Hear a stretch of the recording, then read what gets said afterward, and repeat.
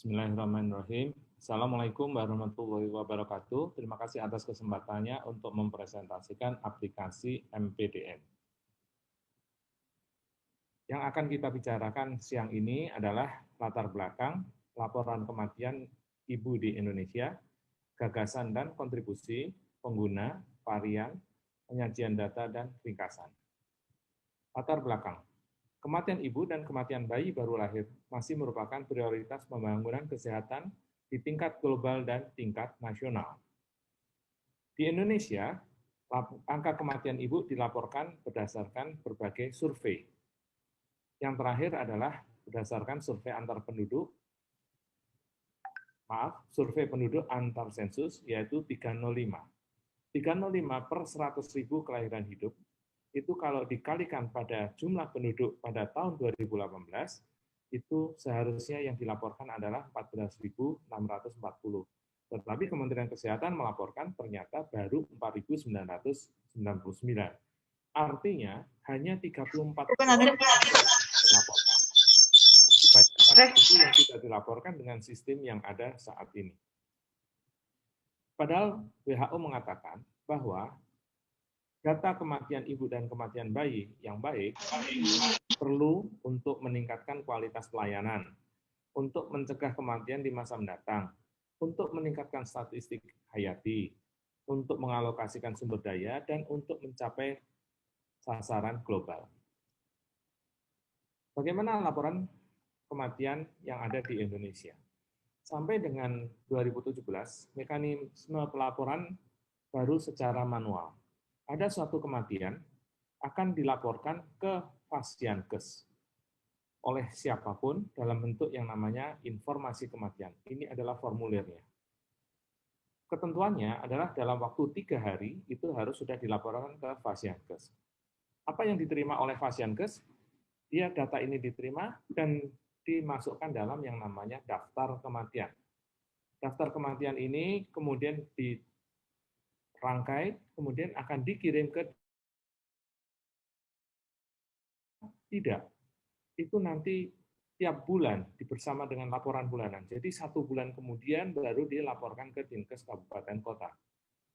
Apa yang dilakukan Dinkes Kabupaten Kota? Melakukan rekapitulasi terhadap data yang ada tersebut dalam bentuk formulir yang sama. Jadi ini hanya rekap dari DK hanya rekap dari informasi kematian. Kemudian dilaporkan ke provinsi bagaimana? 1 bulan lagi.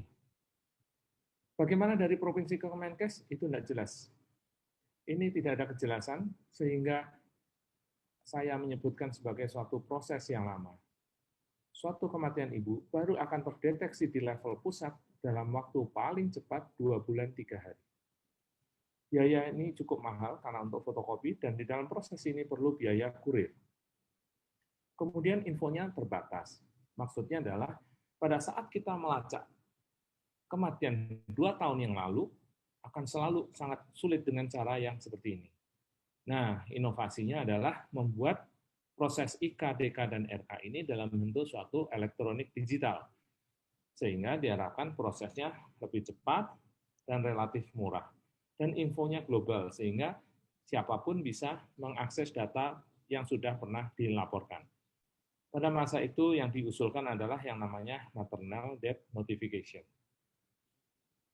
Mekanisme kerjanya adalah adanya suatu pelapor yang mengetahui kejadian, menggunakan smartphone yang sudah disuntik aplikasi, melaporkan dalam bentuk formulir, dikirimkan ke pusat data. Kemudian di pusat data, data akan mengalami 3 hal, regionalisasi, kategorisasi, dan verifikasi. Sehingga data bisa diklasifikasikan menjadi data diterima, data yang verifikasi, dan data yang final. Dilakukan oleh verifikator yang ada di kabupaten kota. Suatu laporan kematian yang sudah bagus atau sudah bulat gitu, pada dasarnya ada 2 jenis.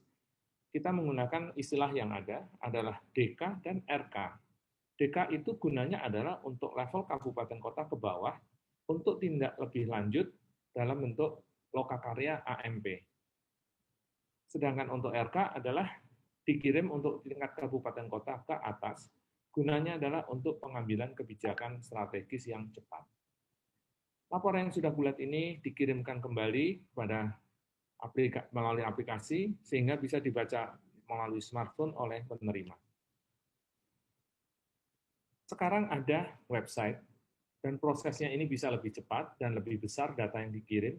Oleh karenanya kita bisa menggunakan sistem ini melaporkan maupun menerima data. Di dalam proses perkembangan dari 2017-2020, Kementerian Kesehatan meminta untuk melakukan integrasi laporan kematian maternal dan kematian perinatal, sehingga di tahun 2020 ini berubah menjadi MPDN, yaitu Maternal Perinatal Death Notification. Dengan berjalannya waktu di Kementerian Kesehatan ada suatu pendekatan yang namanya proses audit maternal perinatal surveillance dan respon atau AMPSR. Nah, MPDN ini dijadikan titik awal atau fase notifikasi dari proses AMPSR. AMPSR itu apa? AMPSR adalah suatu pendekatan yang digagas oleh WHO dan kawan-kawan melibatkan surveillance, analisis, dan respon untuk mengurangi kematian ibu dan perinatal yang dapat dicegah. Dengan tujuan akhir adalah menurunkan angka kematian ibu dan bayi. Saya menggambarkan proses AMPSR itu menjadi pilar. Ada dasarnya, ada puncaknya, ada 3 pilar. Dan 3 pilar ini harus dilakukan semuanya untuk mengurangi kematian ibu perinatal ini bisa dilakukan. Surveillance terdiri apa saja? Surveillance terdiri dari identifikasi, notifikasi, dan kodifikasi. Sedangkan analisis dimulai dari pelaporan, kemudian pengkajian, dan rekomendasi. Jadi ujungnya adalah rekomendasi, di sini ujungnya adalah kodifikasi.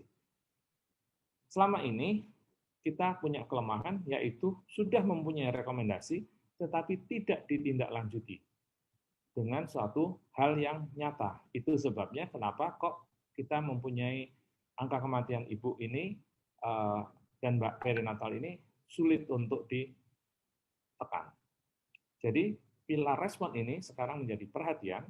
Apa sebenarnya isi pilar respon ini? Pilar respon ini adalah sebenarnya tugas para birokrasi.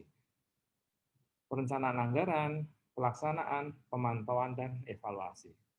Saya menyebutkan ada 4 fase dari suatu AMPSR. Fase pertama adalah fase notifikasi. Nah, disinilah MPDN. Berikutnya adalah kodifikasi, analisis, dan respon. Bagaimana MPDN bisa berkontribusi untuk meningkatkan kualitas surveillance angka kematian ibu dan angka kematian bayi baru lahir, yaitu mendapatkan pelaporan dini dan data yang akurat. Kemudian harus mudah dilakukan analisis, dia memberikan kemudahan untuk mengambil keputusan bersumber data, dan operasionalnya mudah dan murah. Maksudnya akurat bagaimana? Adalah kita menghindari adanya terjadinya duplikasi data. Terus kemudian maksudnya dini adalah gimana? Dia data itu diupdate setiap 10 menit. Dan data bisa segera sampai ke level pusat dalam waktu kurang dari 3 hari apabila data itu lengkap. Kemudian analisis maksudnya bagaimana? Data itu yang sudah ada disediakan sajikan dalam bentuk grafik, baik itu jumlah, distribusi, tren, dan pola. Sehingga gampang dilihat, sehingga untuk menganalisisnya lebih mudah. Bagi pengambil kebijakan, kadang-kadang kita perlu melihat bagaimana keadaan tetangga, bagaimana keadaan wilayah lain sebagai untuk pembandingnya. Sehingga keputusan yang kita ambil adalah keputusan yang tepat. Operasionalnya mudah dan murah, dapat menggunakan smartphone, laporannya singkat, dibuat dengan user-friendly, sehingga nyaman untuk dibawa kemanapun dan segera bisa melaporkan pada saat kunjungan pertama terhadap kasus tersebut. Tidak memerlukan biaya cetak dan tidak memerlukan biaya kurir. Penggunanya kita bagi menjadi 2. Yang satu adalah pengelola data, yang satunya lagi adalah pengelola pengguna. Pengelola data ada 3. Yang pertama adalah penerima. dia hanya bisa melihat informasi saja sesuai regional, ini para pejabat, tugasnya adalah untuk mengambil keputusan. Yang level berikutnya adalah pelapor. Dia bisa melihat laporan, tetapi hanya di wilayahnya saja, tetapi juga bisa melaporkan. Dan hierarki tertinggi adalah verifikator. Dia bisa mengelola seluruh data yang diterima di kabupaten kota. Tetapi ingat, data yang sudah masuk tidak bisa dihapus. Dia hanya bisa menambah dan mengedit data. Pengelola data tidak bisa melihat daftar pengguna. Sebaliknya, daftar pengguna tidak bisa dilihat, pengelola pengguna tidak bisa melihat daftar data yang ada di sini. Di sini ada administrator yang tempatnya adalah di kabupaten dan provinsi. Dia bisa menambah, edit, dan menghapus pengguna. Guna menghindari tercampurnya data yang digunakan pada saat proses orientasi dan pelatihan dibandingkan dengan laporan yang sebenarnya, maka dibentuk ada MPDN dan demo MPDN. MPDN ini domainnya di mpdn.kemkes.go.id, sedangkan demo MPDN tempatnya adalah di demo.mpdn.kemkes.go.id. Data yang ada di MPDN hanya data real, digunakan untuk laporan kematian maternal dan perinatal yang sesungguhnya. Sedangkan untuk demo MPDN, datanya boleh dummy, boleh data real, digunakan untuk simulasi pada proses pelatihan dan sosialisasi. Untuk menghindari tercampurnya data tersebut, supaya pada proses pelatihan atau orientasi kita bisa cepat mengenali kalau sampai ada salah masuk kamar, maka dibedakan dalam dua tema yang berbeda. Yang satu temanya merah marun, yang satu temanya kuning orange. Kemudian data disajikan dalam bentuk tampilan umum dan tampilan khusus. Tampilan umum dapat diakses oleh semua pengguna, sedangkan tampilan khusus hanya bisa dilihat oleh pengguna yang sesuai dengan hak aksesnya. Tampilan umum atau dashboard, ada komponen maternal, ada komponen perinatal. Sedangkan tampilan khusus sama juga, ada komponen maternal dan perinatal. Di dalam tampilan khusus ada perspektif berdasarkan alamat mati, alamat KTP, dan alamat domisili. Untuk perinatal ada ditambah lagi dengan alamat lahir. Untuk uji coba, teman-teman para juri dapat menggunakan tautan berikut: https://mpdn.kemkes.go.id dengan user ID Indonesia dengan password hihia2020. Di sini tampak dashboard-nya. Paling kiri atas ini adalah tanggal dan jam saat ini. Kemudian di sini adalah tombol untuk navigasi, untuk pilihan status, perspektif, wilayah, dan tahun. Ini sangat berpengaruh terhadap data yang ada di bawahnya. Data yang tampil paling atas adalah perbandingan antar waktu dari hari, bulan, dan tahun. Ini contohnya adalah dashboard maternal. Di bawahnya terdapat tabulasi bulanan berdasarkan dugaan penyebab. Nanti para pengguna bisa melihat di bulan Januari, Februari, Maret, dan seterusnya. Walaupun default ini saat ini adalah bulan Oktober, ini November, ini ada di bulan default saat ini. Ini waktu itu saya buat pada bulan Oktober. Tabulasi bulanan per wilayah di bawahnya. Kalau kita tadi memilih nasional, maka akan ada distribusi berdasarkan provinsi. Kalau kita melihat tadi pada provinsi, maka di sini adalah distribusi berdasarkan kabupaten kota. Berikutnya, data mengalami kategorisasi, sehingga data akan dipilah berdasarkan kategori tersebut. Untuk maternal ada 7 variabel, untuk perinatal ada 21 variabel. Penyajian data tersebut dalam bentuk tabel, diagram pia, diagram batang vertikal, dan diagram batang horizontal. Khusus untuk pilihan nasional ada peta persebaran, seperti ini dalam GIS. Untuk di tampilan khusus, contohnya ini adalah menggunakan rekapitulasi kematian. ini berdasarkan alamat perspektif alamat meninggal, ini adalah contohnya seperti ini. Sehingga di situ akan ada detail waktu lapor, tanggal meninggal, kota tempat meninggal, umur, kota KTP, kota domisili, hamil yang keberapa, dan seterusnya. Tapi di sini tidak ada nama ibu, karena ini sifatnya di rekapitulasi kematian adalah untuk kabupaten kota ke atas. Kalau yang ke bawah, di sini ada nama ibu dan nama pelapor. Di dalam versi Android, komponen maternal ada 3 perspektif, alamat mati, alamat KTP, dan alamat domisili.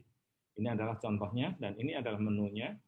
Kemudian pada tampilan perinatal ada 4 perspektif, yaitu alamat mati, alamat KTP, alamat domisili, dan alamat lahir. Jadi ringkasannya adalah Maternal Perinatal Death Notification merupakan notifikasi secara digital dari proses AMPSR. Dengan MPDN, pelaporan kematian dilaporkan secara cepat dan terstruktur dengan memanfaatkan teknologi informatika terkini.